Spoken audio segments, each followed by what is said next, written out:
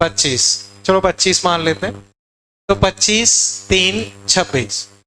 तो डेट जहां तुम लिख रहे हो, तुम नई डेट का जो अपना होमवर्क स्टार्ट कर रहे हो उसमें लाइन खींच के, हाँ पार्थ मैंने कुछ कहा था, जल्दी उठ के आ जाएं और याद रहे क्लास से पहले ही तुम आ जाया करो ब्रेक में, ठीक है। 25/3/26 उस तरह से तुमने लिख लिया तो हर डेट का होमवर्क तुम्हें प्रॉपरली दिखाई देगा। तो उस तरह से बच्चों लाइन खींच के डेट डालनी है होमवर्क कॉपी में, जिससे पर डे तुम क्या कर रहे हो वो पता चलना चाहिए। ये पॉइंट बच्चों मेरा समझ पाए? बोलो बच्चों, आवाज नहीं आई, ये चीज समझ पाए? पक्का?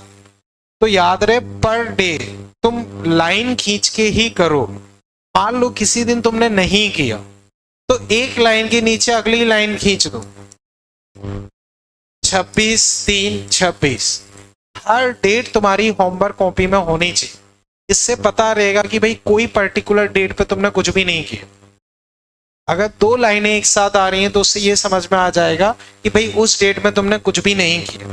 अब होमवर्क में ऐसा कुछ भी नहीं कि भाई जो मैं क्लास में दे रहा हूं वही कर, मैंने तुम्हें ग्रेविटेशन रिवाइज करने को दे रखा, वो करो। उसके बाद मैंने तुम्हें कह रखा है कि भाई क्लास में जो भी अपना चल रहा है उसी को घर जाके वापस करो। वो सारी चीजें तुम्हें होमवर्क कॉपी में ही करनी है, कोई रफ वगैरह कुछ नहीं करना। तुम्हारा जो भी वर्क है वो क्लियरली दिखना चाहिए कि भाई पर डे तुम कर क्या रहे हो। ये चीज समझ पाए बच्चों? तो याद रहे होमवर्क कॉपी रेगुलर लानी है और हर डेट पे इस तरह से लाइन खिंची हुई होनी चाहिए। ये चीज समझ के बच्चों, कोई भी तकलीफ? ठीक है। अब बच्चों होमवर्क में मैंने शायद ये 3 क्वेश्चन दिए थे, 5, 6, 7, 5, 6, 7, वो मैं डिस्कस कर रहा हूं, वो समझो। तो 5 में बच्चों आंसर अगर मैं लिखता हूं तो 3rd, 6th में आंसर 1st, 7th में आंसर 3rd। ये बच्चों आंसर हो गए। बच्चों ये 3 होमवर्क में दिए थे ना मैंने, ठीक है। अब बच्चों मैं आगे चीजें डिस्कस कर रहा हूं, उसे समझो। 5th, minimum possible charge of an object. तो मैंने तुम्हें बताया है सबसे छोटे से छोटा चार्ज क्या हो सकता है, इलेक्ट्रॉन का चार्ज। तुम एक इलेक्ट्रॉन निकाल दो या एक इलेक्ट्रॉन दे दो, जो चार्ज होगा वो सबसे कम चार्ज होगा, उससे कम चार्ज तुम्हारा नहीं हो सकता। तो सबसे कम चार्ज कौन सा चार्ज होगा, इलेक्ट्रॉन का चार्ज, यानी कि 3rd ऑप्शन सही है। बताओ कोई तकलीफ इसमें? क्लियर है बच्चों? ठीक है।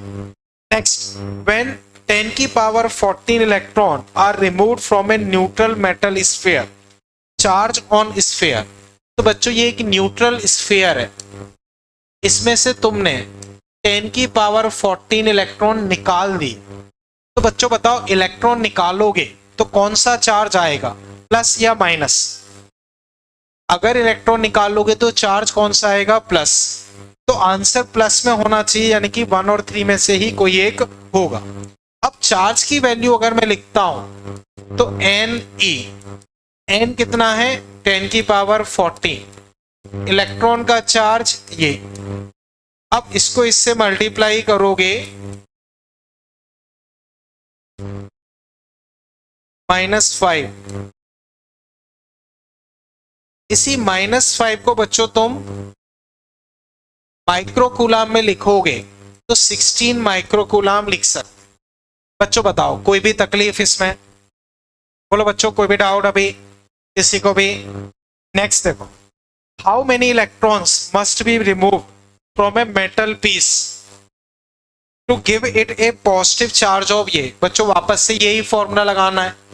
चार्ज तुम्हें कितना चाहिए, 10 की पावर -7 n, इलेक्ट्रॉन का चार्ज ये। अब इसे डिवाइड कर दो तो 10 की पावर -7, 1.6 -90। बच्चों सॉल्व करोगे 7 और 19, बच्चों कितना बचा, 12 डिवाइड बाई 1.6।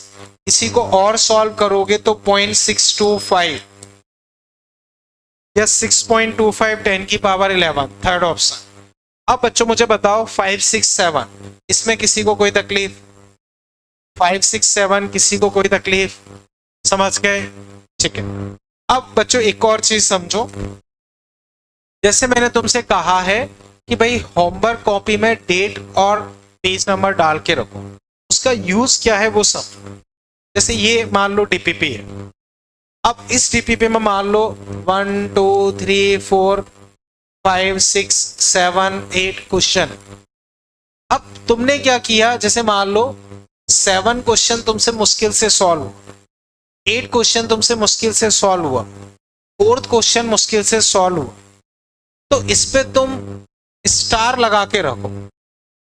तो अब तुम्हें क्या करना है, जब भी टेस्ट होगा इस स्टार वाले क्वेश्चन को रिवाइज कर और इसका सॉल्यूशन बहुत प्रॉपर साफ साफ लिख के रखो और इसी पे टैग कर लो। टैग कैसे करना है, मान लो इसका जो तुमने साफ साफ सॉल्यूशन PH1 के पेज नंबर 3 पे किया, तो यहीं पे तुम लिख लोगे PH1 पेज नंबर 3। तो इससे फायदा ये होगा, जब भी तुम स्टार वाला क्वेश्चन रिवाइज करोगे तुम वापस हटकोगे, लेकिन तुमने उसमें सॉल्यूशन लिख रखा है PH1 पेज नंबर 3। तुम सीधा अपनी कॉपी खोलोगे, उसका पेज नंबर खोलोगे, तुम्हें वो सॉल्यूशन मिल जाए। दूसरा ऑप्शन ये कि भाई तुम गूगल पे सर्च करोगे, गूगल पे सर्च करोगे वो उतना फ्रूटफुल नहीं होगा क्योंकि तुम क्वेश्चन की जगह कुछ और सर्च कर रहे हो, तो उस वजह से बेटर है कि भाई कॉपी यूज कर। सेकंड थिंग ये है कि भाई अगर तुम्हारा अपने हाथ से लिखा हुआ सॉल्यूशन होगा वो तुम्हें ज्यादा समझ में आएगा। सेकंड थिंग, इसमें तुमने हर क्वेश्चन पे अगर इस तरह से लिख रखा तो तुम्हें अपने आप में कॉन्फिडेंस रहेगा कि मैंने पूरा डीपीपी बहुत अच्छे से सॉल्व किया है, हर एक का मेरे पास सॉल्यूशन है और कहाँ सॉल्यूशन है वो भी मेरे पास। तो वो कॉन्फिडेंस बहुत ज्यादा मैटर करता है कि भाई आप कितनी चीजें प्रॉपर तरीके से कर। तुम बहुत सारे क्वेश्चन कर रहे हो, सब फैले हुए पड़े हैं, पता ही नहीं है कहाँ क्या सॉल्व किया है, वो कोई फायदा नहीं देगा। लेकिन तुम भले ही 10 क्वेश्चन कर रहे हो, 20 कर रहे हो, लेकिन बहुत सिस्टमेटिक कर रहे हो, तो उस 20 जैसे 200 भी कर पाओ। समझ पाए बच्चों? यहां तक कोई तकलीफ? चले आगे। हाँ बोलो। बताता हूं। माइक्रो का मतलब होता है 10 की पावर -6। माइक्रो का मतलब होता है 10 की पावर -6। अब समझो, ये यहां तक पहुंच गया, इसी को चाहें तो हम 16 इंटू 10 की पावर -6 लिख सकते हैं, बात एक ही है। अब इस -6 को बोलते हैं माइक्रो, तो इसी को बोल देंगे 16 माइक्रो कूलम। हाँ, हैंड राइज करें बच्चों जिसको कोई और तकलीफ हो। क्लियर है पार्थ? चले आगे। कोई तकलीफ तो नहीं? मोबाइल के बिना मन लग रहा है? तो तुम्हारा फेशियल एक्सप्रेशन हमेशा यही लगते हैं कि तुम बहुत कंसंट्रेशन से पढ़ रहे हो, और मुझे पता है तुम्हारा पढ़ाई में तो इतना कंसंट्रेशन नहीं बन सकता। खैर, यहां तक चीजें क्लियर है। अब बच्चों, हमने कूलाम्स लॉ लास्ट टर्म पे पढ़ा था। तो चार्ज पार्टिकल के बीच में फोर्स का क्या फॉर्मूला था? K(Q1Q2 by R square. K(Q1Q2 by R square. Clear है बच्चों? अब उसी में बच्चों हम आगे कंटिन्यू कर रहे हैं। एग्जाम्पल बच्चों तुम देखो, ये डायग्राम बच्चों ड्रॉ कर लो। एक रस्सी है, उससे चार्ज पार्टिकल लटका हुआ है, d डिस्टेंस है, मास m, चार्ज q। तो एक बार बच्चों डायग्राम ड्रॉ कर लो, फिर मैं आगे डिस्कस करता हूं।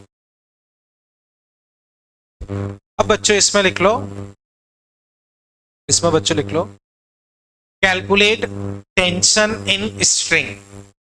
Calculate tension in string. तो बच्चों m मास का एक पार्टिकल है, चार्ज q है, इस तरह से हैंग है, नीचे भी एक सेम चार्ज q रखा हुआ। बच्चों बताओ, दोनों अट्रैक्ट करेंगे या रिपेल करेंगे? दोनों सेम तरह के चार्ज हैं, अट्रैक्ट करेंगे या रिपेल करेंगे? रिपेल करेंगे। अब रिपेल करेंगे, बताओ अगर m मास का पार्टिकल है तो उस पर ग्रेविटी का फोर्स कहां लगेगा? कितना लगेगा? mg। अब तुम सोचो कि टेंशन कितनी आएगी, एक बार अपना दिमाग दौड़ाओ, फिर मैं डिस्कस करता हूं। जिससे भी सॉल्व होता है हैंड राइज करे तब आंसर दे। जिससे भी सॉल्व होता है हैंड राइज करके आंसर दे, और याद रहे सेल्फ से अटेम्प्ट करना है, कोई भी डिस्कशन नहीं करना है। जिससे भी होता है, बहुत आसान सा क्वेश्चन है, बताओ। हैंड राइज करके आंसर दे। गुड, बढ़िया, सही, बिल्कुल। और कोई बोलो बच्चों, कोई भी और आंसर देना चाहे? चलो बच्चों देखते हैं। बच्चों बताओ पार्टिकल पे mg का फोर्स कहां लग रहा है? नीचे। टेंशन हमेशा बॉडी से दूर, तो बॉडी ये है रस्सी की तरफ बॉडी से दूर, तो टेंशन कहां लगेगा? ऊपर। अब इन दोनों में रिपल्सन होगा, रिपल्सन होगा तो ये ऐसे दूर जाएंगे, दूर जाएंगे तो ऊपर वाले पे फोर्स कहां लगेगा? ऊपर। तो ऊपर वाले पे इलेक्ट्रोस्टैटिक फोर्स ऊपर। अब अगर ये कहीं मूव नहीं कर रहा है तो ऊपर वाला फोर्स नीचे वाले के बराबर। टी फोर्स में लिखता हूं तो K Q Q by D square M G के बराबर।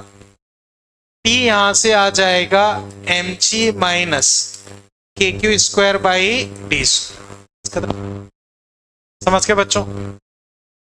देखो mg नीचे है, टेंशन ऊपर है, इलेक्ट्रोस्टैटिक फोर्स ऊपर है, तो ऊपर वाला फोर्स नीचे वाले के बराबर, T प्लस एफ mg के बराबर।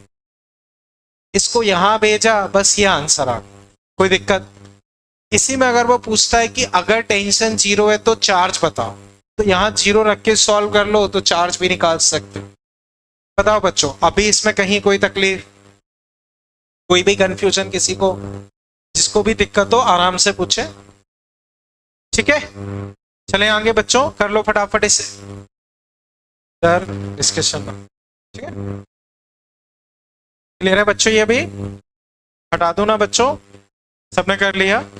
अब बच्चों हेडिंग लिखो, principal of superposition. Principal of superposition, principal of superposition.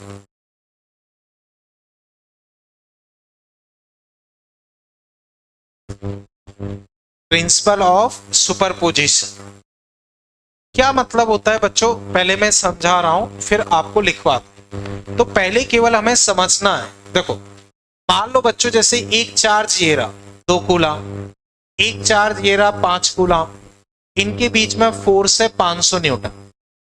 तो बच्चों बताओ दोनों के बीच में फोर्स कितना है? 500 Newton.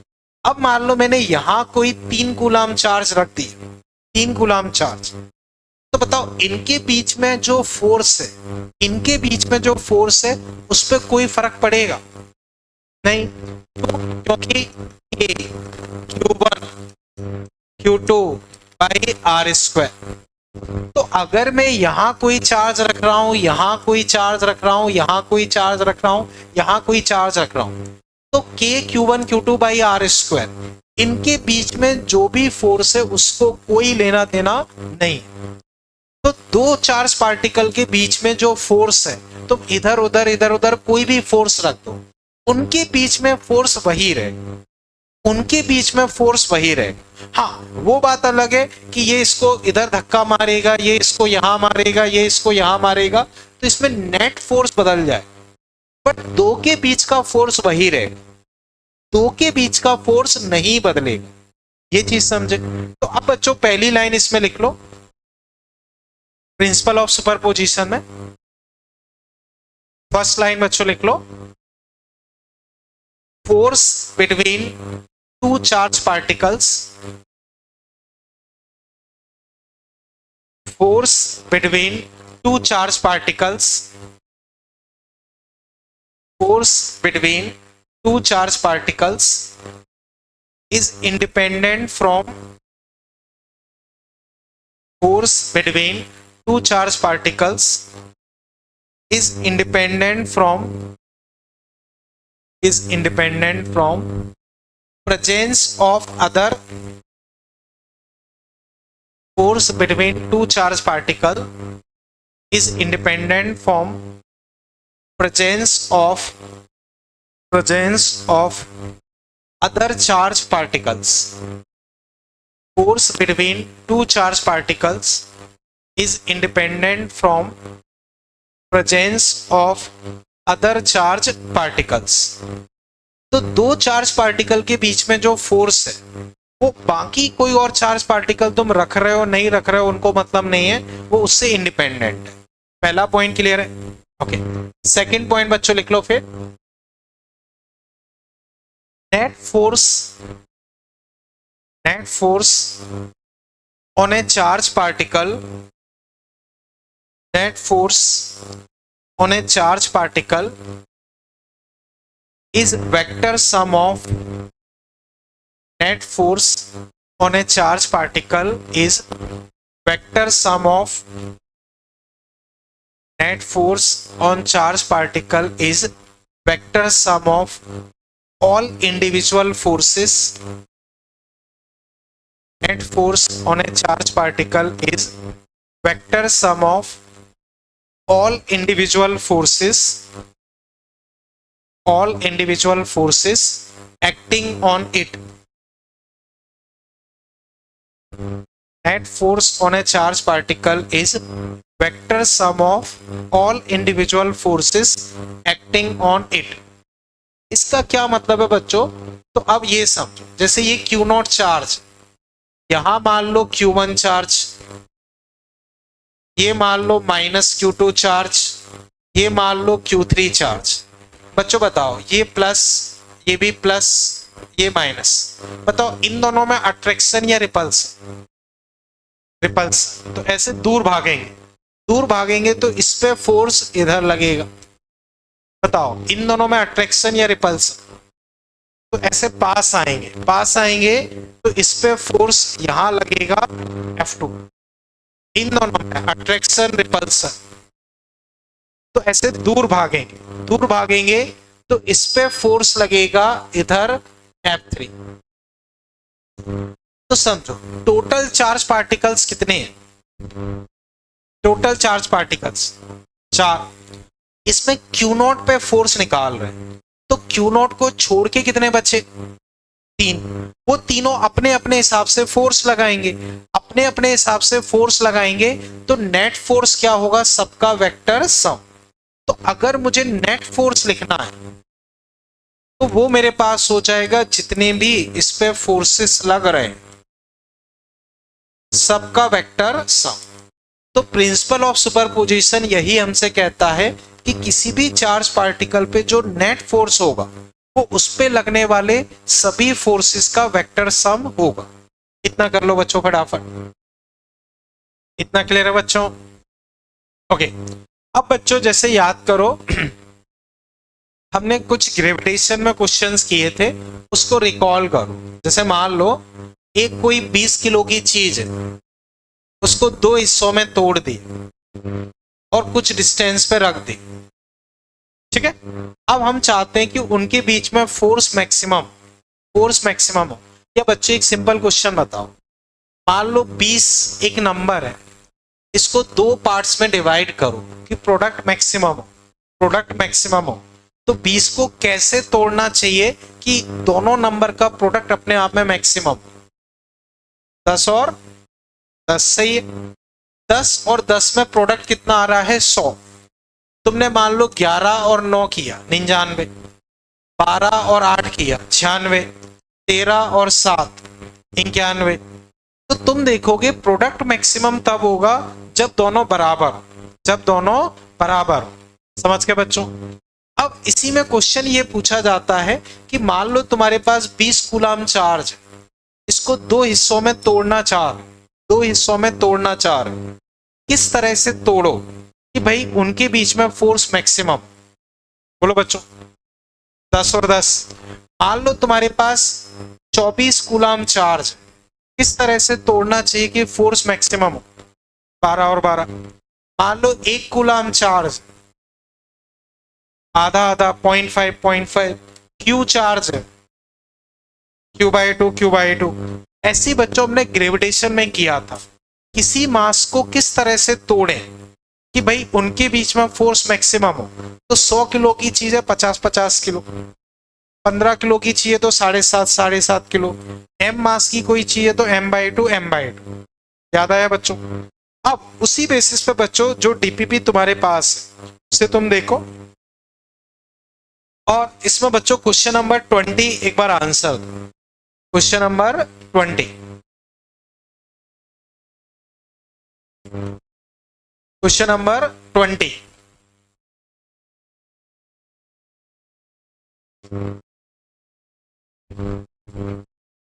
A total charge Q is broken in 2 parts Q1 and Q2. They are placed at a distance R. From each other maximum force of repulsion between them occur. तो maximum force कब होगा, जब हम बराबर बराबर तोड़ दें, यानी कि फोर्थ ऑप्शन। बताओ बच्चों, कोई तकलीफ? क्लियर है भैया? ओके। अब इसमें बच्चों एक बार क्वेश्चन नंबर 14 अटेम्प्ट करो। 14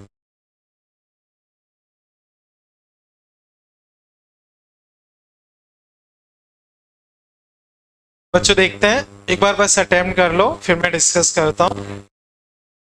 ठीक है, अब देखो इस क्वेश्चन को अगर मैं देखता हूं तो खैर बच्चों समझो, क्वेश्चन में तुम्हें दिया है coulomb force is true only for charges moving static both 1 and 2। तो अब समझो बच्चों, कूलाम फोर्स के Q1 Q2 by R square,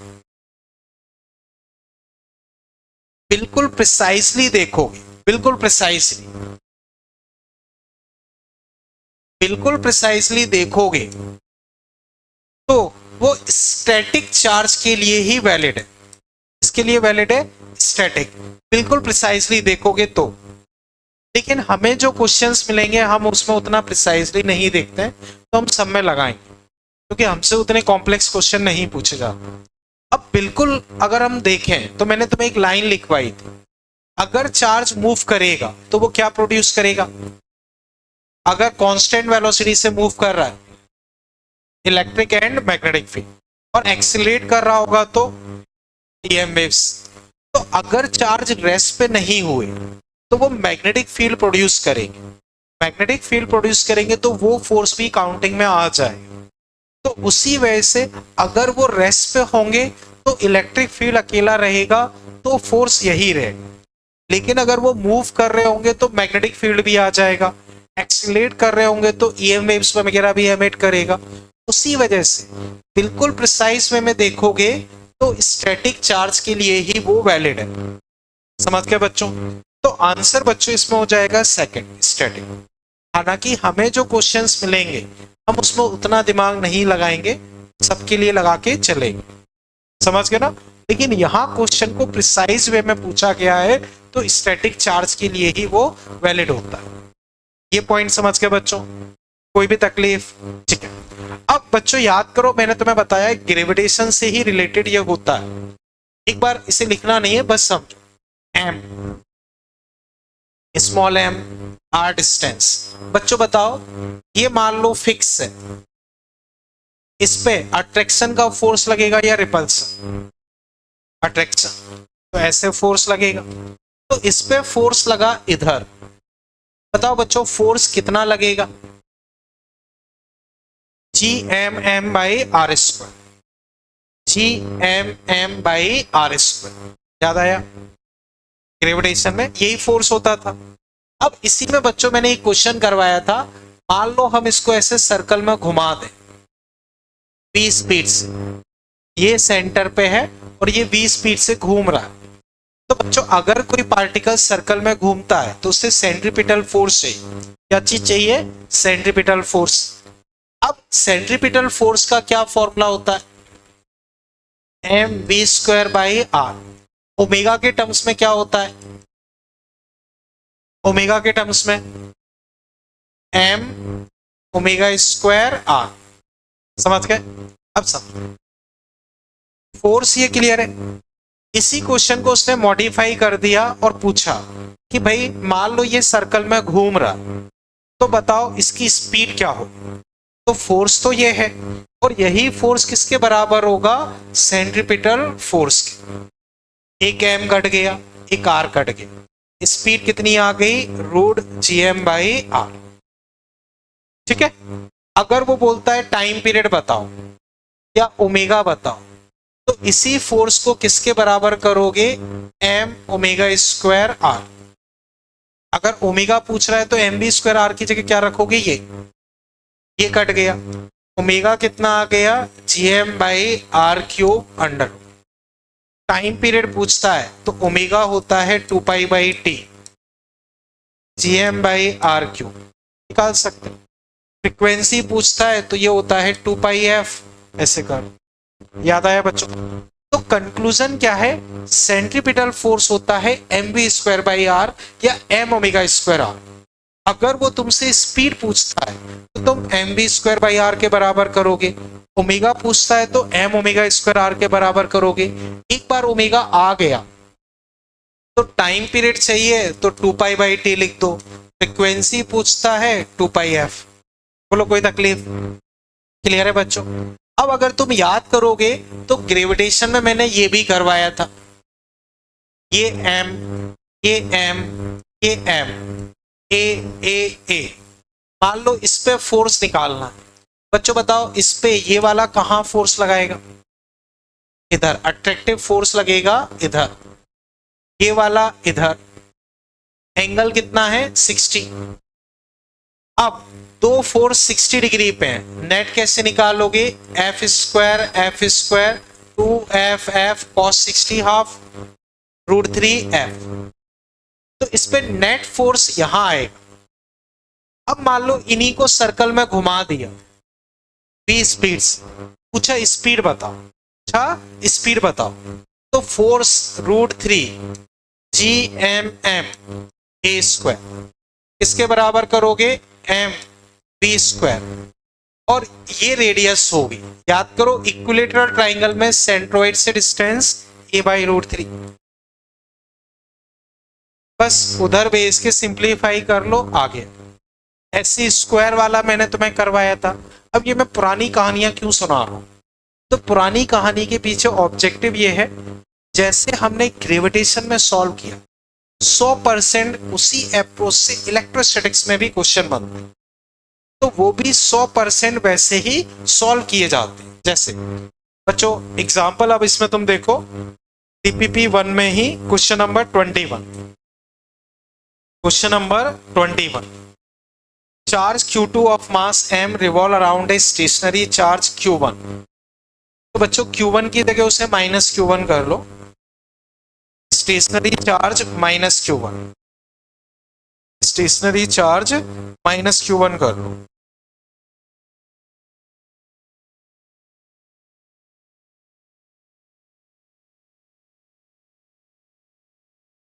ठीक है, अब बच्चों इसे अटेम्प्ट करो। जैसे तुम्हें क्या दिया है, यहां एक Q1 माइनस का चार्ज है, यहां एक Q2 चार्ज, वो इसके चारों तरफ r रेडियस में चक्कर लगा रहा, इसका मास m, स्पीड v। तो तुमसे पूछा है टाइम पीरियड पूछा, तो अभी भी हमने डिस्कस किया, बिल्कुल वैसे ही सॉल्व करना। फर्क क्या पड़ेगा? ग्रेविटेशनल फोर्स की जगह तुम क्या लिखोगे? Coulomb force. जैसे हमने उसमें Gm1m2/r² m omega square r लिखा था, यहां तुम ग्रेविटेशन की जगह क्या लिखोगे? Coulomb force. करो फटाफट, फिर मैं चेक करता हूं। बोलो बच्चों जिससे भी सॉल्व हुआ हो हैंड राइज करे, हैंड राइज करके बच्चों आंसर बताए। बोलो कौन सा आ रहा है तुम्हारा? बोलो बेटा कौन सा? फर्स्ट। और कोई? जैसे मैंने बताया बस वैसे ही करना है। बोलो बॉम्बे और आगरा, और सही है बच्चों, फर्स्ट करेक्ट। देखो इन दोनों में अट्रैक्टिव फोर्स लगेगा, तो इस पे फोर्स लगेगा इधर, और वही फोर्स सेंट्रीपिटल फोर्स होगा। फोर्स अगर मैं लिखता हूं तो 1/4πε Q1 Q2 बाई r²। बच्चों माइनस हम नहीं लेते, माइनस का मतलब डायरेक्शन है, वो अपने इंक्लूड कर लिया। अट्रैक्टिव फोर्स है वो हम इंक्लूड कर चुके हैं, तो माइनस को काउंटिंग में लेने की जरूरत नहीं है। अब centripetal force m omega square r, इसको यहां लेके आता हूं, तो Q1 Q2 4πε0 m r³ omega square. अब इसका अंडर रूट ले लिया, Q1 Q2 4πε0 m r³ omega आ गया। इसी को बच्चों हम लिख सकते हैं 2π/t, क्योंकि हमें तो टाइम पीरियड चाहिए। तो अब इस टाइम पीरियड की वैल्यू अगर मैं निकालता हूं, तो इसको वहां इसको यहां भेज रहा हूं, तो 2π 4πε0 बच्चों आंसर के टर्म्स में तो वो मत लिखो। बच्चों एक काम करता हूं, आंसर के टर्म्स में तो इस 4 पाई एप्सिलॉन नॉट को हटा रहा हूं, के लिख देता हूं, के ठीक है। तो अब अगर मैं लिखता हूं के M R cube upon Q1 Q2, इस 2 पाई को अंदर ले जाऊंगा तो 4 पाई स्क्वायर के M R cube Q1 Q2। बोलो बच्चों इसमें कहीं कोई तकलीफ, बोलो बच्चों कहीं कोई तकलीफ लग रही हो तो की कंसेप्ट केवल तुम्हारा ये है। उसके बाद कुछ मिस्टेक की मैंने, देखो हाँ के नीचे आएगा, यहां से ये अब यहां के ऊपर आएगा, यहां बच्चों के नीचे आएगा।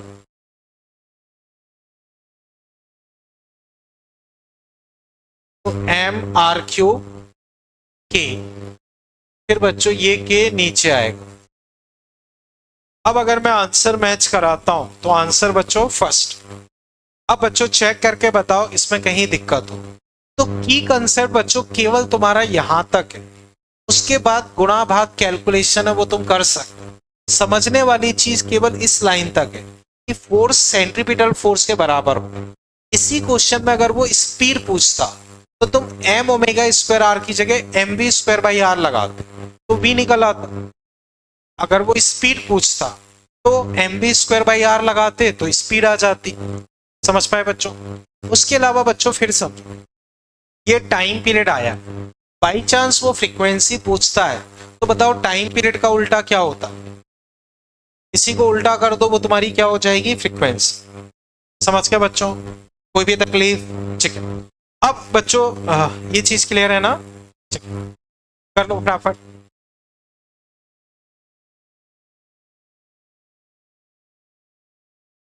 बच्चों एक सिंपल से क्वेश्चन का आंसर दो, ये एक स्टील का गोला है, बिल्कुल वैसा ही ये एक और स्टील का गोला है, दोनों बिल्कुल एक जैसे हैं, रेडियस वेडियस सब कुछ एक जैसी। इस पे 10 कूलाम चार्ज है, इस पे कुछ नहीं है। मान लो मैंने दोनों को टच कर दी, दोनों को ऐसे टच कर दिया और फिर अलग अलग कर दिया, तो दोनों बिल्कुल एक जैसे गोले हैं। टच करने के बाद हर एक पे कितना कितना चार्ज होगा, 5 5। तो बच्चों बिल्कुल एक जैसे गोले होंगे तो टच कर दोगे तो दोनों पे बराबर बराबर चार्ज आ जाए। बात समझ पाए। ओके, मान लो बच्चों इस पे 2 कूलाम चार्ज था, दोनों को टच कर दिया, अलग अलग कर दी, अब बताओ कितना कितना चार्ज होगा, 6 और 6। मान लो इस पे -2 कूलाम चार्ज था, अब टच करने के बाद अलग अलग करोगे, 4 4। समझ गए। मान लो इस पे -10, अब -6 -6। समझे बच्चों। तो कंक्लूजन समझो ये क्यों होता है वो हम बाद में पढ़ेंगे, अभी मान के चलना है अगर एक जैसे स्फीयर को टच करोगे तो दोनों में बराबर बराबर चार्ज बढ़ जाएगा, टोटल चार्ज का आधा एक पे जाएगा आधा दूसरे पे जाएगा। समझ गए बच्चों। अब इस बेसिस पे बच्चों तुम क्वेश्चन नंबर 16 ट्राई करो, डीपीपी 1 क्वेश्चन नंबर 16।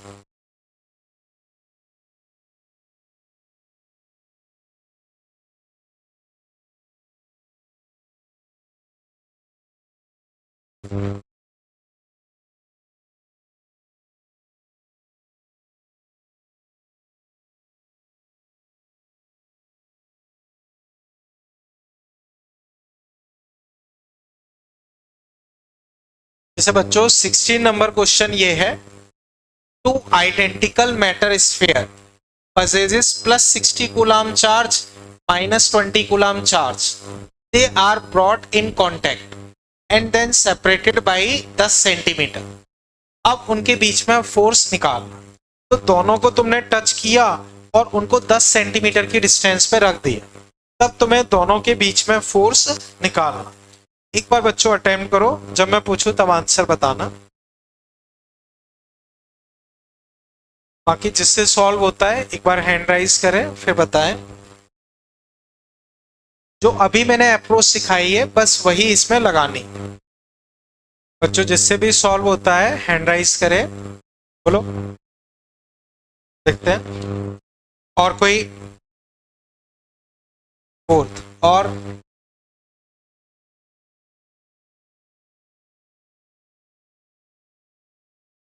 जिससे भी सॉल्व होता है हैंड राइज करके आंसर बताएं। बहुत आसान सा है, जो अभी मैंने सिखाया वही अप्लाई करना।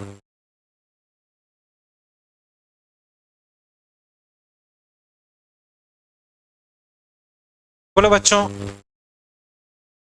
चलो बच्चों, इसमें करेक्ट आंसर फर्स्ट आगरा है। अब मैं डिस्कस कर रहा हूं बच्चों, एक गोले पे चार्ज है 60, एक पे -20। बताओ टोटल चार्ज कितना हुआ? Total charge 40। दोनों में बराबर बटेगा तो एक के हिस्से में कितना आएगा? 20 एंड 20। तो दोनों को टच करके रखोगे तो एक के हिस्से में 20-20 चार्ज आएगा। ये चीज समझ पाए बच्चों? कहीं कोई तकलीफ? अब बीच की डिस्टेंस है तुम्हारी 10 सेंटीमीटर, यानी कि 0.1 मीटर। अब मैं फोर्स का फॉर्मूला लगा रहा हूं कि Q1 Q2 by R square के 9 इंटू 10 की पावर 9, 20 20 और 0.1 का स्क्वायर।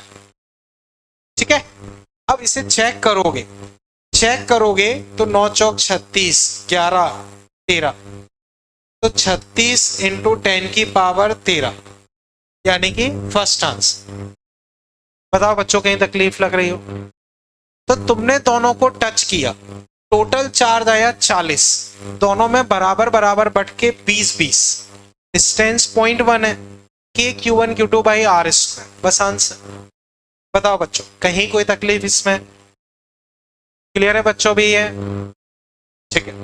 अब बच्चों मुझे फिर बताओ, ये चीज क्लियर है ना? किसी को डाउट तो नहीं? ठीक है बच्चों, मुझे ये बताओ, एक इनफाइनाइट जीपी, हमने ग्रेविटेशन में भी क्वेश्चन किए थे, इनफाइनाइट जीपी है, ज्योमेट्रिकल प्रोग्रेशन, उसके समीशन का क्या फॉर्मूला होता था? a upon 1 minus R. Good, a upon 1 minus R. a क्या होता था? First term. r क्या होता था? Common ratio. याद आया?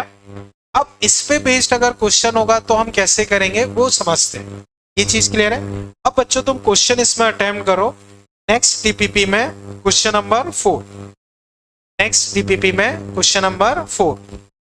इसमें तो किसी को तकलीफ नहीं ना? Next DPP question number 4।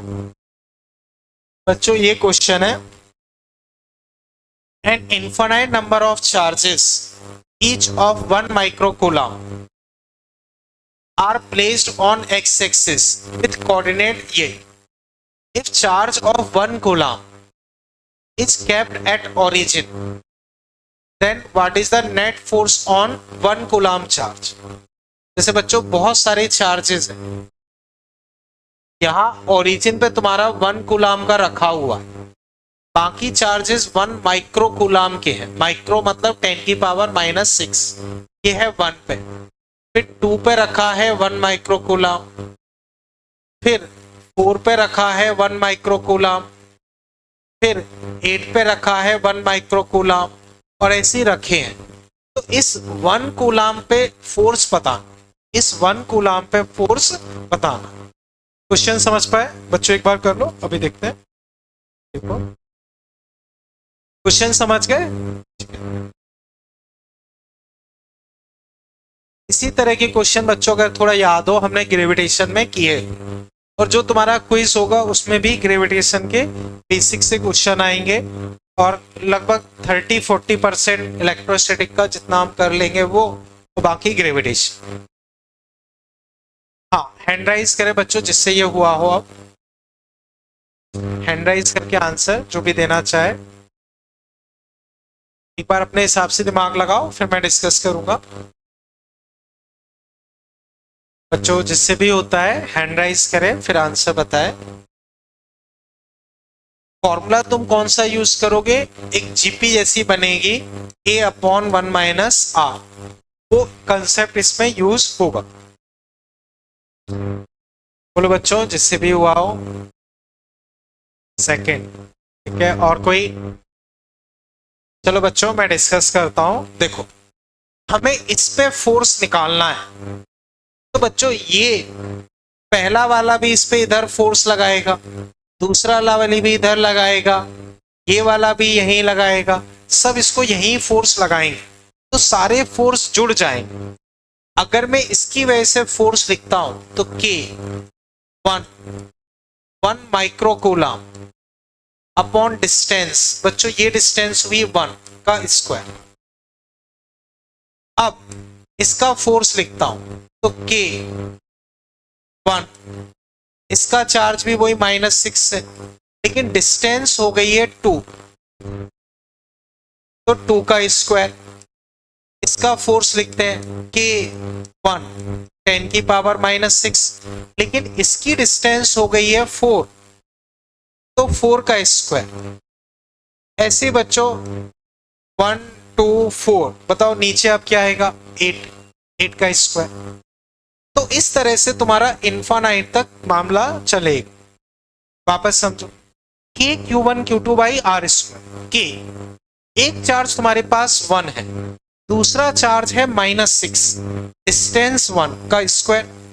फिर दूसरे के लिए डिस्टेंस 2 है तो 2 का स्क्वायर, फिर 4 है तो 4 का स्क्वायर, 8 है तो 8 का स्क्वायर। ऐसे ही मामला चले। समझ पाए? अब इसमें से मैंने k इंटू 10⁻⁻6 कॉमन ले ली। मेरे पास बचा 1/1, 1/4, 1/16, 1/64, ऐसे ही इन्फानाइट तक चले। अब k 10⁻⁻6 बच्चों इन्फानाइट जीपी है, इसका कॉमन रेशो क्या है? 1/4। समझ पाए? तो फॉर्मूला A/1 - R, पहला टर्म है 1, 1 - 1/4, 1 - 1/4। अब देखो k 10⁻⁻6, 1 - 1/4, 3/4। k की वैल्यू लिख सकते हो 9 इंटू 10⁹, 10⁻⁻6, 4/3। बच्चों ये 3 बार कटा 12, और ये बचे 10⁻3, ये आंसर। तो 12 इंटू 10⁻3 यानी कि 12,000। कितना आया? 12,000।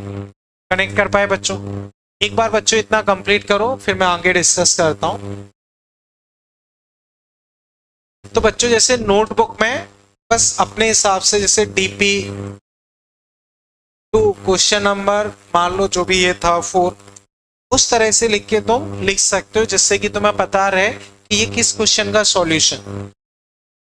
अब इसका सॉल्यूशन जैसे तुमने लिख लिया, उसके बाद इस पे भी टैग कर सकते हो कि भाई ये P1 के पेज नंबर 32 पे इसका सॉल्यूशन है, या 12 पे सॉल्यूशन, जिससे कि तुम्हें ये पता रहे कि भाई इसका सॉल्यूशन कहाँ है। समझ पाए बच्चों? नोटबुक में तो तुमने उसका क्वेश्चन नंबर डाल दिया, अब डीपीपी पे भी चाहो तो टैग कर सकते हो P1 34 या 12, इससे तुम्हें पता रहेगा कि इस क्वेश्चन का सॉल्यूशन किस पेज नंबर। तो जब भी तुम इस डीपीपी को रिवाइज करोगे, अटकोगे, तो तुम्हें पता रहेगा कि सॉल्यूशन कहाँ है और किस तरह से तुमने किया था। अब बच्चों पूरे क्वेश्चन को देख के बताओ, कहीं भी तुम्हें कोई तकलीफ लग रही हो बोलो। क्लियर है बच्चों? ठीक, इस तरह से हो जाएगा। बोलो बच्चों, कहीं भी तकलीफ लग रही हो आराम से पूछो, किसी भी स्टेप में कोई भी तकलीफ लग रही हो जरूर पूछे। इसको और बड़ा कर दो, है नहीं?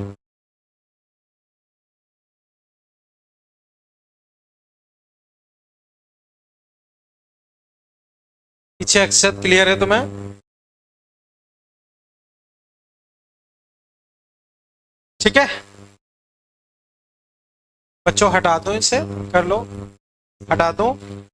ठीक है, अब इसे बच्चों मैं हटा रहा हूं। कर लिया ना सबने? कर लो एक बार। अब बच्चों थोड़ा सा वेक्टर याद करते हैं। ए और बी दो वेक्टर हो तो वेक्टर एडिशन का फॉर्मूला क्या होता था? Under root of A square plus B square plus 2ab cos theta. दो वेक्टर है ए और बी, उनके बीच का एंगल थीटा है, तो वेक्टर एडिशन होता था A square plus B square plus 2ab cos theta. है दिमाग में? अब मान लो वेक्टर 0 डिग्री पे हैं, जैसे मान लो दो फोर्स हैं F1 F2, मान लो 3 और 4 0 डिग्री पे हैं, 3 भी इधर लग रहा है 4 भी इधर लग रहा है, बताओ नेट फोर्स कितना होगा? 7, 4 + 3 7, यानी कि F1 + F2। तो अगर वेक्टर 0 डिग्री पे मतलब सेम डायरेक्शन में, तो रिजल्टेंट मैक्सिमम होता है जिसे हम F1 + F2 बोलते हैं। समझ के? यही मान लो बच्चों ये उल्टे लग रहे होते, 4 इधर 3 इधर, 180 डिग्री इसे बोलते हैं, तो कितना आता? 1। इसको हम बोलेंगे F1 - F2। तो 180 डिग्री पे मिनिमम होता है, दैट इज F1 - F2। ये चीज क्लियर है? अब ऐसे ही बच्चों देखो, सेम डायरेक्शन में लग रहे हैं 0 degree F1 + F2, opposite direction में लग रहे हैं F1 - F2। यही मान लो बच्चों 3 इधर है 4 इधर है, बताओ नेट कितना आएगा? 3 और 4 90 डिग्री पे लगे तो नेट 5। कैसे निकालोगे? F1 F2 root over F1 square F2 square. कोई दिक्कत? इसके अलावा बच्चों याद करो, एक और हम रिजल्ट काफी यूज करते हैं, F और F 120 पे लग रहा है, तो इक्वल मैग्नीट्यूड के फोर्स अगर 120 डिग्री पे लगते हैं तो बताओ रिजल्टेंट कितना आएगा?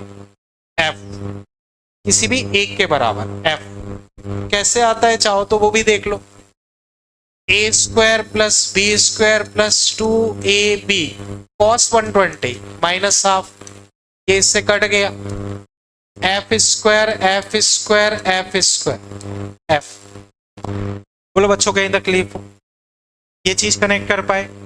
तो वेक्टर का बेसिक अगर हम देखें, 0 डिग्री पे F1 + F2, 180 डिग्री पे F1 - F2, 90 डिग्री पे root over F1 square plus F2 square. तो इक्वल मैग्नीट्यूड के फोर्स अगर 120 पे लिखे तो किसी एक के बराबर और बीचों बीच इधर आएगा।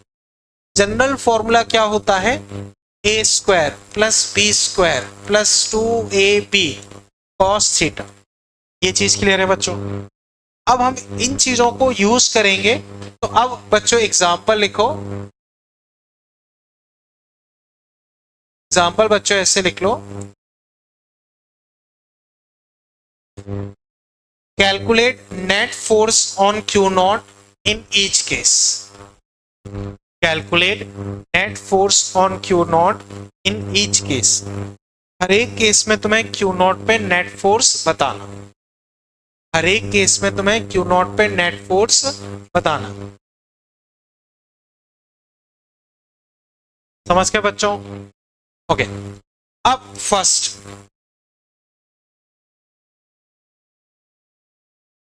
मान लो बच्चों ये है Q, ये है Q0। बच्चों अगर कुछ नहीं दिया है तो प्लस मान के चलना, दोनों की दोनों प्लस। तो तुम्हें फोर्स किस पे निकालना है? Q0 पे। 8 स्टैंड से Q। बोलो बच्चों क्या फोर्स आएगा? Q0 बाई, अब बताओ Q0 पे फोर्स कहां लगेगा? इधर राइट साइड। तो इस पे फोर्स इधर लगेगा, कितना लगेगा?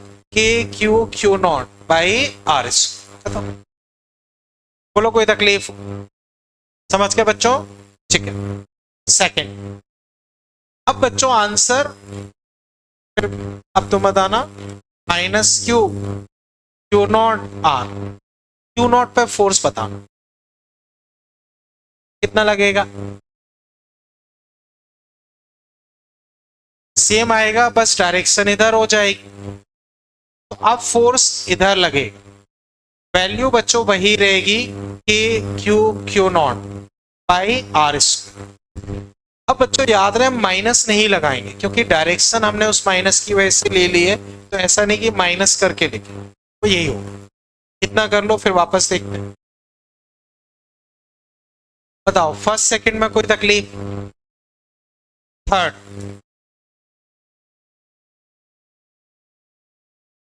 अब बच्चों क्यू के टर्म मतलब एफ के टर्म्स में आंसर दे देना, पूरा लिखने की जरूरत नहीं है, एफ के टर्म्स में आंसर दे सकते। क्यू नॉट पे फोर्स बताना, किस पे बताना है? Q not. बोलो बच्चों सही है? 0। कितना आएगा? 0। ये इधर धक्का मारेगा, ये इधर धक्का मारेगा, दोनों कट जाएंगे, दोनों कट जाएंगे, तो नेट कितना आएगा? 0। दोनों कट जाएंगे, नेट कितना आएगा? 0। फोर्थ।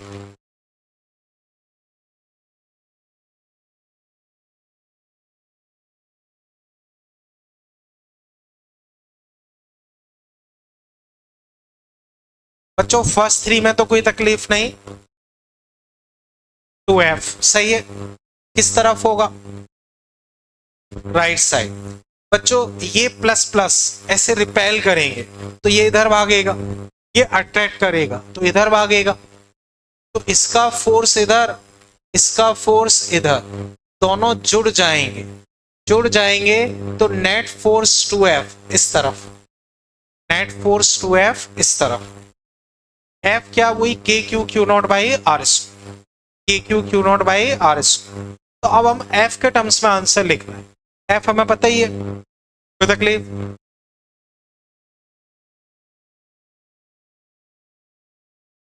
फिफ्थ, ठीक है, फिफ्थ।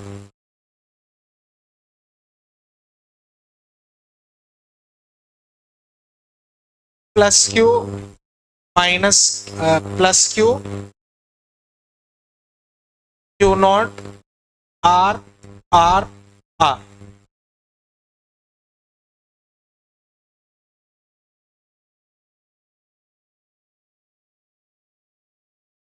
बच्चों फर्स्ट 4 में तो कोई तकलीफ नहीं। अब फिफ्थ देखो, √3f जो बोल रहे हैं सही है, एक बार हैंड राइज करें। सही है बच्चों, √3f। देखो प्लस प्लस रिपल्सन, तो इसका फोर्स लगेगा इधर, प्लस प्लस रिपल्सन इधर, एंगल 60 डिग्री, क्योंकि बच्चों R R R equilateral triangle है, ये एंगल 60 डिग्री, तो दो इक्वल मैग्नीट्यूड के वेक्टर 60 डिग्री पे लग रहे हैं। तो अब अगर मैं नेट फोर्स लिखूंगा तो F square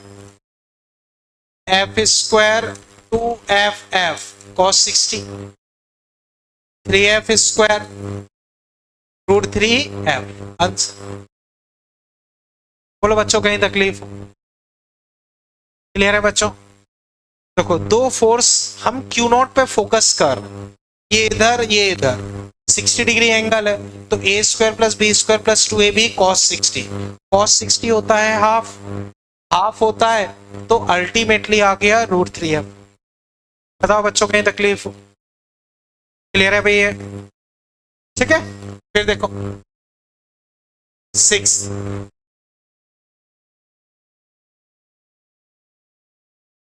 are R R, Q minus Q Q not. बच्चों फर्स्ट 5 क्वेश्चन में कोई तकलीफ? फर्स्ट 5 क्वेश्चन, फर्स्ट 5 क्वेश्चन में कोई भी तकलीफ किसी को? हैंड राइज करें जो आंसर दे रहे हैं। सही है, क्यों एफ लग रहा है तुम्हें? सही है बच्चों, देखो ये प्लस प्लस रिपल्सन, रिपल्सन तो इस पे फोर्स लगेगा इधर, प्लस माइनस अट्रैक्शन, तो ये इसको अपनी तरफ खींचेगा इधर एफ। अब ये एंगल है 60, तो ये एंगल हुआ 120। अब ये भी हमने सीखा था एफ और एफ 120 पे हो, एफ और एफ 120 पे हो तो रिजल्टेंट कितना होता है? एफ के बराबर। तो यहाँ एफ और एफ 120 पे हैं, तो नेट फोर्स तुम्हारा यहां आएगा बीचों बीच, जो कि F के बराबर ही हो। समझ पाए बच्चों? यहां नेट फोर्स, हाँ बोलो। देखो, दो वेक्टर के बीच में एंगल होता है टेल से टेल के बीच वाला जो एंगल होता है। अब ऐसे एंगल तो बहुत सारे बन रहे हैं, जैसे ये F है, ये F, ये 120, ये 60, पर इससे हमें मतलब नहीं है। वेक्टर ये है, इनके बीच का एंगल माना जाता है।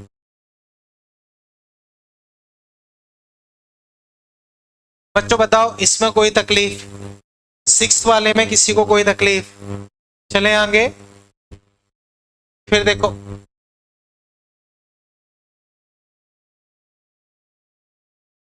सेवंथ। बच्चों उससे पहले एक चीज याद दिला रहा हूं, जैसे मान लो ए या आर साइड का एक ट्राइंगल, आर साइड का एक ट्राइंगल है, तो सेंट्रोइड से किसी भी कॉर्नर की डिस्टेंस क्या होती है? अगर इक्विलेटरल ट्राइंगल है, उसकी साइड मान लो ए है, ए, तो सेंट्रोइड से किसी भी कॉर्नर की डिस्टेंस कितनी होती है? a/√3। कई बार हमने यूज किया। तो सेंट्रोइड से किसी भी कॉर्नर की डिस्टेंस क्या होती है? a/√3। ये चीज क्लियर है बच्चों? ठीक है, अब वापस समझो बच्चों। देखना, ये सिचुएशन यहां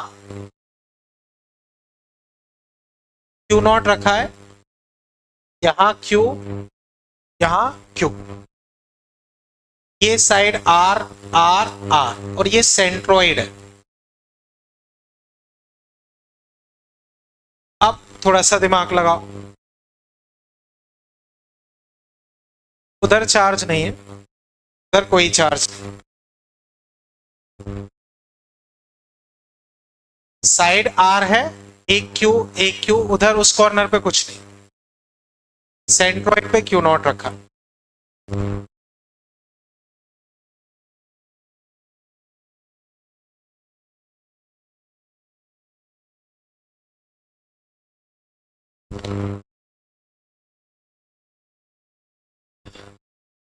F लेकिन क्या लिखोगे आप? F पुराना वाला F नहीं रहेगा पहली चीज, तो F की जगह प्रॉपर R के टर्म्स में आंसर,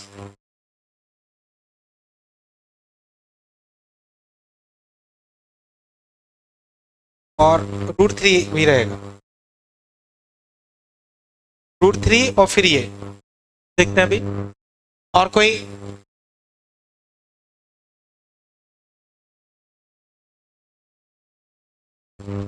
बोलो बच्चों, जिससे भी हो पाता है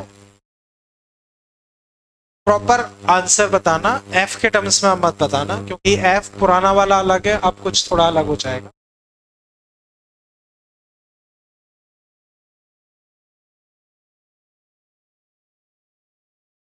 बोलो, क्या किया तुमने, बताओ।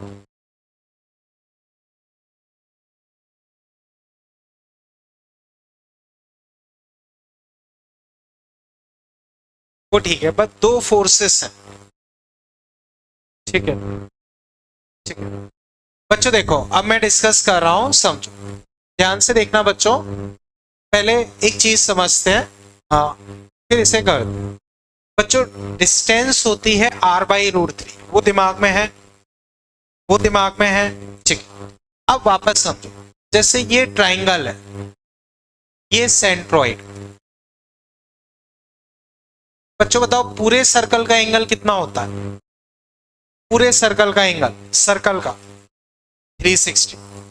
तीन बराबर हिस्सों में तोड़ोगे तो एक एंगल कितना मिलेगा? 120। तो ये एंगल कितना होगा? 120।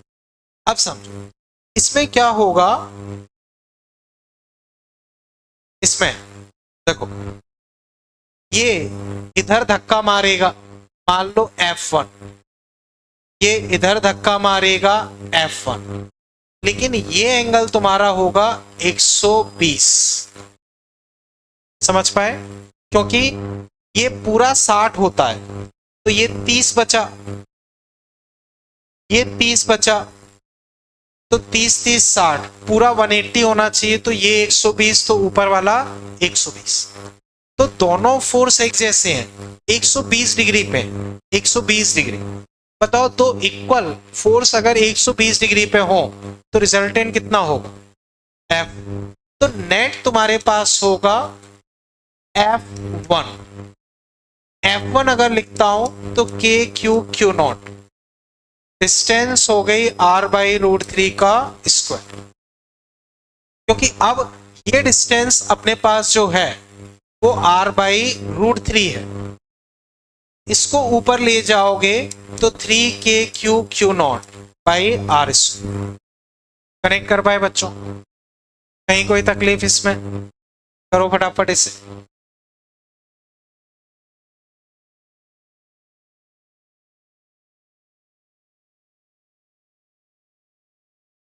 यहां 120 एंगल होगा, 60 नहीं होगा। ठीक है बच्चों, क्लियर है ये?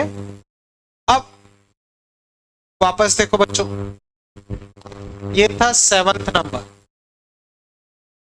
अब 8th। बच्चों वही इक्विलेटरल ट्राइंगल है, ये सेंट्रॉइड है, लेकिन यहां -Q और रख दी, यहां -Q और रख दी। अब दिमाग लगाओ, लगभग क्वेश्चन वही है, बस उसमें एक -Q और रख दिया। अभी थोड़ा सा सोचो, जब मैं पूछूं तब बताना। हाँ 8th बच्चों, उसमें एक -Q और रख दी, सही है बच्चों। होगा क्या, एक ये इधर फोर्स और लगाएगा। देखो इन दोनों का नेट उधर F1 आया, ये अपना F1 और लगाएगा, इन दोनों का F1 उधर आ ही रहा था, तो अब नेट हो जाएगा 2F1।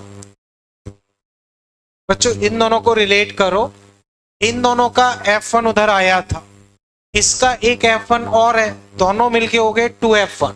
तो इसी का मैं डबल कर देता हूं, 6KQ Q0/R², 6KQ Q0/R²। समझ पाए बच्चों? कहीं कोई तकलीफ? अब बच्चों जैसे तुम इसमें एक क्वेश्चन देखो, 11 नंबर DPP1 में question number 11, DPP1 question number 11।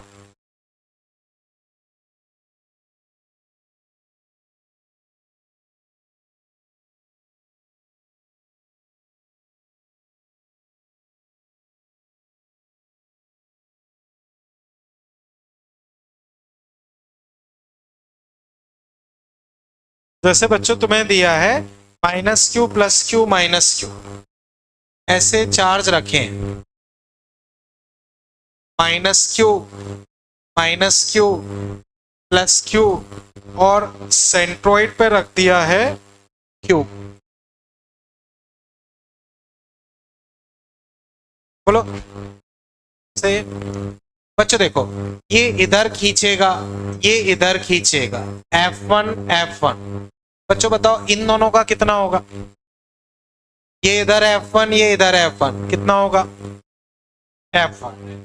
120 angle है, तो इन दोनों का मिलके इधर F1। अब ये इधर धक्का मारेगा F1 से, तो 2F1। अभी वाला ही आंसर हो गया, 2F1, 2F1। बिल्कुल सेम सिचुएशन, थोड़ा प्लस माइनस का फर्क। कनेक्ट कर पाए? माइनस माइनस प्लस, और यहां प्लस, तो इधर इधर 120 है, इधर F1, ये इधर F1, दोनों जुड़ के 2F1। यही आंसर हो गया। अब K की वैल्यू और रख दो, 1/4πε0।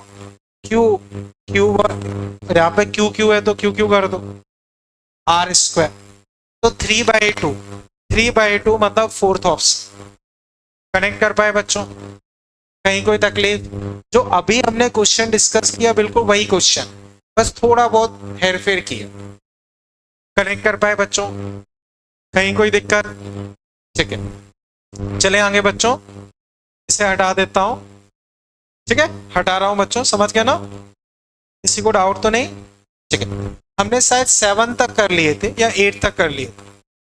अब नाइन्थ बच्चों देखो, नाइन्थ बच्चों क्यू क्यू क्यू और क्यू नॉट, बोलो बच्चों कितना आएगा? 0।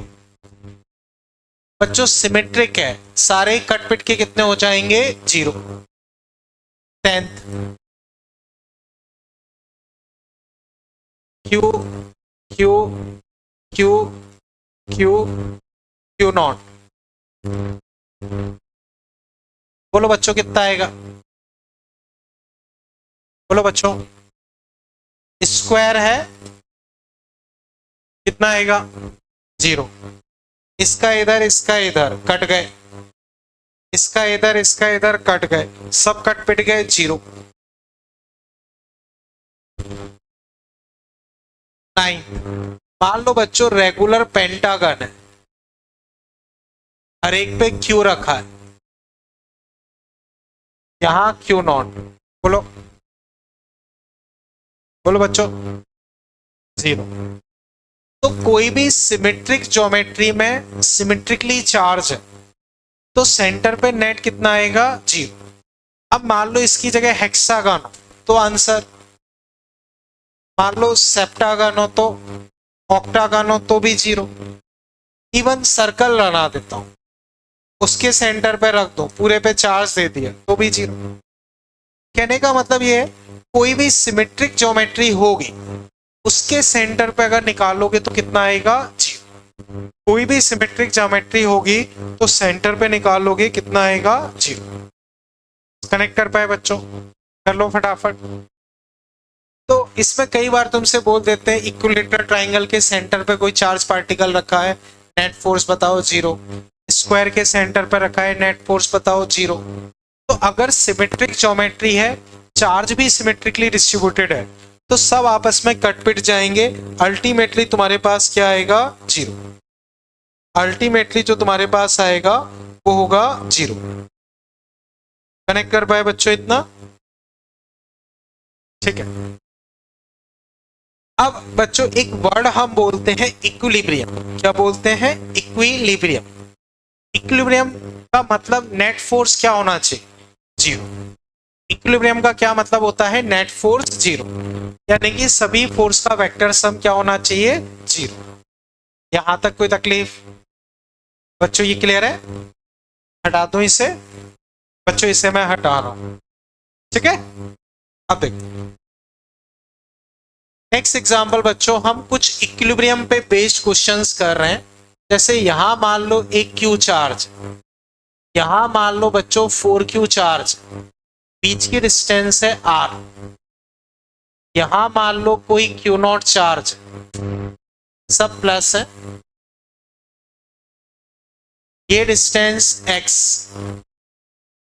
अब इतना बच्चों डायग्राम ड्रॉ कर लो, फिर मैं क्वेश्चन लिखवाता हूं। बच्चों इतना डायग्राम ड्रॉ कर लें, फिर हम आगे डिस्कस करते हैं। बच्चों इधर ड्रॉ करें, ठीक है। अब बच्चों इसमें लिख लो find x so that do not remain in equilibrium। find x so that do not remain in equilibrium। तो x की वैल्यू बतानी है जिससे कि q नॉट इक्विलिब्रियम में रहेगा।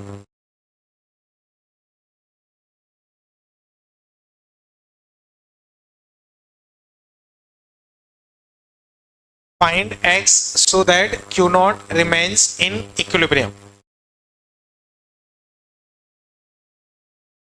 ठीक है।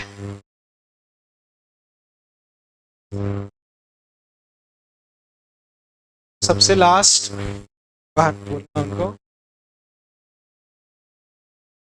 जाग जाओ, क्या दिक्कत है? एक बार खड़े हो जाओ, खड़े हो जाओ,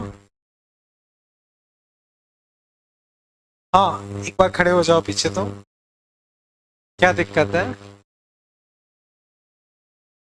अगर दिक्कत हो तो फेस वगैरह धो के आ जाओ, और तबीयत खराब हो तो भले ही निकल, पर थोड़ा फोकस करो, ठीक है। हाँ बच्चों नोट कर लिया? अब एक बार ट्राई करो, जब मैं पूछूं तब आंसर बताना। आसान सा क्वेश्चन है। क्यू नॉट तुम्हारा इक्विलिब्रियम में होना चाहिए, इसका मतलब इस पे नेट फोर्स 0 होना चाहिए। अब उस पे तुम्हें नेट फोर्स 0 करना है, तो उसके लिए एक्स को क्या होना पड़ेगा वो तुम्हें दिमाग लगाना है। तो एक्स आर के टर्म्स में बताना है, लाइक r/3 r/4, उस तरह से। हाँ बच्चों, जिससे भी सॉल्व हुआ हो एक बार हैंड राइज करके बताएं। r/3, r/5 और r/3। बच्चों r/3 मुझे सही लग रहा है, बाकी देखते हैं। देखो ये x है, तो ये तुम्हारे पास हुआ r-x।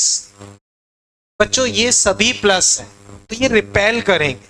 रिपेल करेंगे तो इस Q नॉट पे एक फोर्स इधर लगेगा। कितना लगेगा? Q not x square. अब ये दोनों रिपेल करेंगे तो एक फोर्स यहां लगेगा। समझ पा रहे हो पार्थ? ठीक है, एक फोर्स इधर, एक फोर्स इधर। अब इधर वाला फोर्स अगर मैं लिखता हूं तो K 4Q नॉट। बच्चों बताओ इनकी डिस्टेंस क्या है? दूसरे वाले की डिस्टेंस कितनी है? r-x square. एक कह रहा है इधर चलो, एक कह रहा है इधर चलो, पर वो चाहता है कि कहीं ना जाए। तो उसके लिए दोनों अगर बराबर होंगे, दोनों अगर बराबर होंगे तो वो वहीं का वहीं रुक जाएगा। तो अगर हम इसे इक्विलिब्रियम में रखना चाहते हैं तो दोनों बराबर हो जाने चाहिए। तो Q not x square, K 4Q not r-x का स्क्वायर। बच्चों ये कट गए, दोनों तरफ मैंने स्क्वायर रूट लिया। बच्चों यहां ध्यान रखना, यहां तुम कंफ्यूज हो जाओगे कि मैं कैसे सॉल्व करूं। तुम क्रॉस मल्टीप्लाई करोगे, क्वाड्रेटिक टाइप बनेगी, कंफ्यूज हो। यहां तुम्हें याद रखना है कि स्क्वायर रूट लेना, स्क्वायर रूट लेना। तो स्क्वायर रूट लोगे, ये x, ये 2 अपॉन r-x उधर भेजो, r-x 2x, r equal to 3x, x equal to r/3 answer. तो इस स्टेप पे तुम्हें ध्यान रखना है, यहां तुम्हें स्क्वायर रूट लेना, क्योंकि एग्जाम में जब भी क्वेश्चन आएगा तुम यहां हो सकता है क्रॉस मल्टीप्लाई कर दो। क्रॉस मल्टीप्लाई कर दो तो वो क्वाड्रेटिक टाइप की बन जाएगी, तुम्हें कंफ्यूज करेगी। लेकिन तुम्हें याद है कि भाई मुझे स्क्वायर रूट लेना, तो दिक्कत नहीं। यहां फिर भी आसान डेटा है, तुम क्रॉस मल्टीप्लाई करोगे तो भी शायद एक बार सॉल्व कर। यही अगर मान लो मैंने 4Q की जगह 2Q दिया होता, 2Q, तो यहां 2 आता, 2 आता। अब स्क्वायर रूट लोगे तो √2 आ जाएगा, सॉल्व करोगे आंसर आ जाएगा। लेकिन अगर क्रॉस मल्टीप्लाई कर लेते तो क्वाड्रेटिक बनती, वो बड़ी कंफ्यूज करती आप। समझ पाए बच्चों? तो अब कंक्लूजन समझो। इस तरह का कोई भी क्वेश्चन 100% अप्रोच यही रहे। जैसे ये मैंने 4Q रखा, बच्चों मान लो ये 9Q होता, 9Q क्या करते? यहां 9 रखते, 9 रखते तो स्क्वायर रूट क्या आता? 3। क्रॉस मल्टीप्लाई सॉल्व कर, 16 करता हूं, 16 का √4, क्रॉस मल्टीप्लाई आंसर। समझ गए?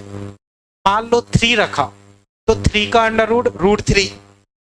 √3 सॉल्व कर लो। तो बस यहां ध्यान रखना है कि स्क्वायर रूट लेना, तो तुम कर पाओ। कनेक्ट कर पाए बच्चों? कहीं कोई तकलीफ इसमें? चले आगे। ठीक है बच्चों, ये कर लिया ना? कर लो फटाफट, फिर मैं डिस्कस करता हूं।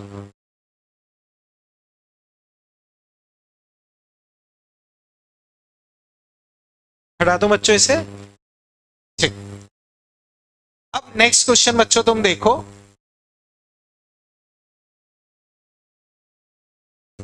बच्चों ये डायग्राम ड्रॉ कर, ये Q, ये स्मॉल q, ये Q, ये कैपिटल स्मॉल q। इस तरह से चार्जेस हैं, स्क्वायर के कॉर्नर पे अरेंज, स्क्वायर के कॉर्नर पे अरेंज है।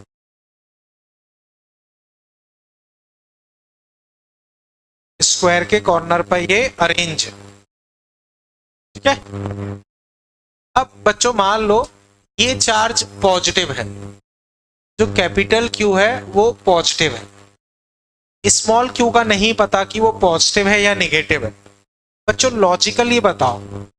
हाँ, या पहले क्वेश्चन लिखवाता हूँ, फिर इतना नोट कर लिया, ठीक है। अब इसमें लिख लो, find small Q, find small Q so that small q remain in equilibrium. Find small q so that small q remain in equilibrium. Find small q so that small q remain in equilibrium. ठीक है। अब बच्चों समझो, ये दोनों plus है, इनका पता नहीं है, प्लस माइनस कुछ भी हो सकता है।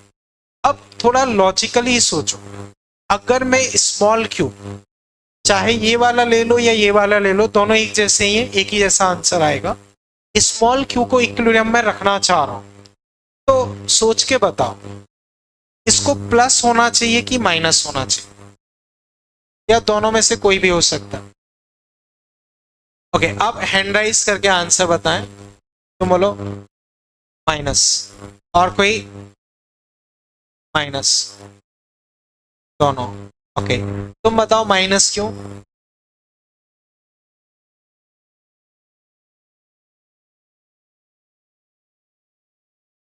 सही है बच्चों, करेक्ट ये है कि अगर ये प्लस है तो उसे माइनस होना पड़ेगा। क्यों होना पड़ेगा? तो जो इन्होंने एक्सप्लेनेशन बताया वो सही है। जैसे मान लो अगर मैं इसे प्लस मान लेता हूं एक बार, तो देखो प्लस प्लस में क्या होगा, रिपल्सन, तो एक फोर्स इधर आएगा, प्लस प्लस में रिपल्सन, एक फोर्स इधर आएगा, प्लस प्लस में फिर रिपल्सन, तो एक फोर्स इधर आएगा। तो इन तीनों का समीशन किसी भी हालत में जीरो नहीं हो पाए। एक इधर धक्का मार रहा है, एक इधर मार रहा है, एक इधर मार रहा है, तो अल्टीमेटली वो वहीं भाग जाए, जीरो नहीं हो पाए। तो अगर तीनों या ये प्लस का हो जाता है तो नहीं हो पाएगा। क्लियर है बच्चों? प्लस में नहीं हो पाए। अब मान लो मैं माइनस का मान के चलता हूं, plus minus attraction, plus minus attraction, minus minus repulsion, तो ये मान लो F1 फोर्स इधर लगाएगा। अब इन दोनों का नेट इसके बराबर में भी किसी डेटा के लिए हो जाए, देखो ये इसको अपनी तरफ खींचेगा, ये इसको अपनी तरफ खींचेगा, तो इन दोनों का नेट इधर आएगा, ये उधर धक्का मारेगा, तो किसी डेटा के लिए दोनों बराबर हो सकते हैं, तो फिर वो इक्विलिब्रियम में हो पाएगा। लेकिन अगर मैं इसे प्लस ले लूंगा तो किसी हालत में नहीं हो पाएगा। तो अगर मैं साइन उसका लिखता हूं तो पक्का माइनस ही होना चाहिए। ये चीज समझ गए? अब मुझे वैल्यू निकालनी, तो बच्चों अब value in terms of capital Q निकालने का ट्राई करो, फिर मैं डिस्कस करता हूं। समझ पाए बच्चों? अब थोड़ा अपना दिमाग लगाओ, फिर मैं डिस्कस करता हूं। ठीक, स्मॉल क्यू को तुम्हें इक्विलिब्रियम में रखना है, उसके लिए क्या होना चाहिए वो बताना।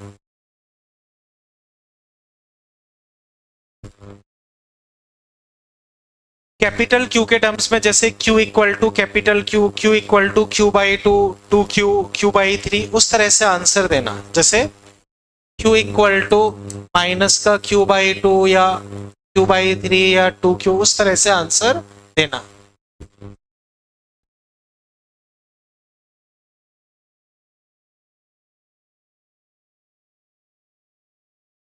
बच्चों जैसे अभी हमने देखा, ये इधर F फोर्स लगाएगा, ये इधर उतना ही लगाएगा क्योंकि सिमेट्रिक है। इसका कुछ अलग है तो मान लो F1, सॉरी उल्टा बना दो, हाँ ये माइनस, तो ये वाला इसको इधर खींचेगा, ये वाला इसको इधर खींचेगा, और ये उसको उधर धक्का मारेगा F1 से। बच्चों बताओ F और F के बीच में एंगल कितना है? तो नेट कितना होगा? F और F के बीच का एंगल 90, बताओ नेट √2F। अब इन दोनों का मिलके आ गया इधर √2F, और ये F1।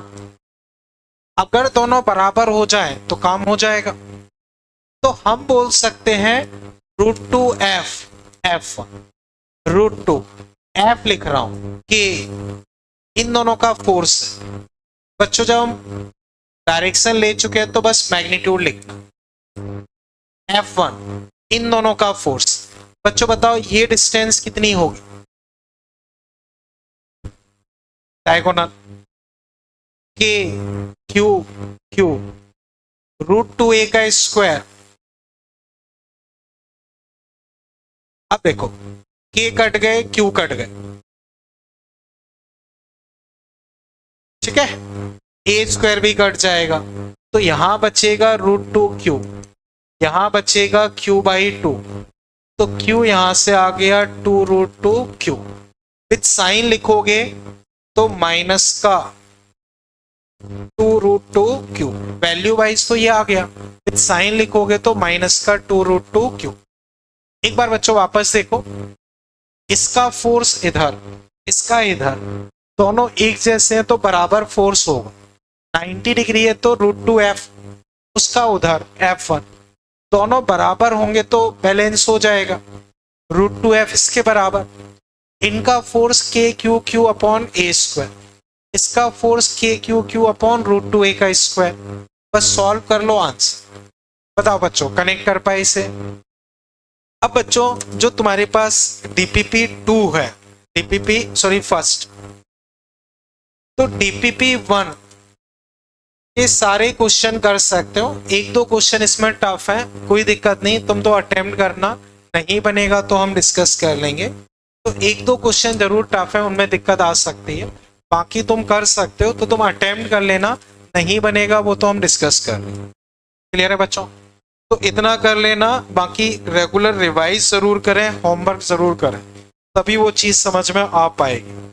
ठीक है बच्चों, देखो